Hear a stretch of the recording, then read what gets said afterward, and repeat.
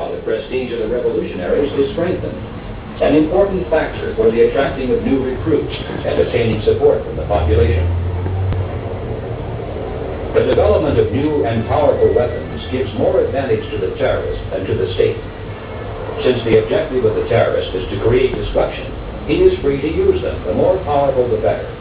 But since the objective of the government is to prevent destruction, it cannot safely use these weapons within crowds of its own citizens. In Ireland, for example, British soldiers on occasion have been required to use rubber bullets, and their rifles have been reworked to fire single shots only, not the automatic rapid-fire bursts for which they were designed. Needless to say, the IRA has no such restrictions.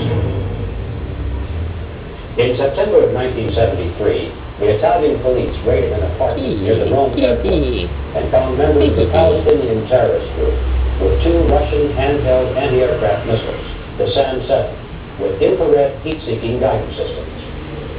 We have come to the point where one person now can shoot down a $20 million aircraft with hundreds of people on board. And the day of nuclear terrorism may not be far away.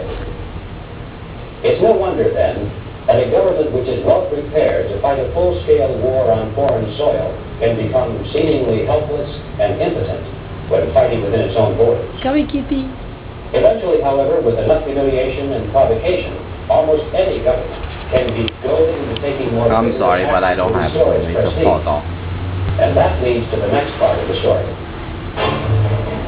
All Marxist-Leninists are familiar with a small book called the Mini Manual for Urban Guerrillas, written by Carlos Marighella, a former leader of the Communist Party of Brazil. The Mini Manual gives complete instructions on every aspect of weaponry, deployment of forces, and the use of terrorism. And then it says, the government has no alternative except to intensify repression. The police roundups, house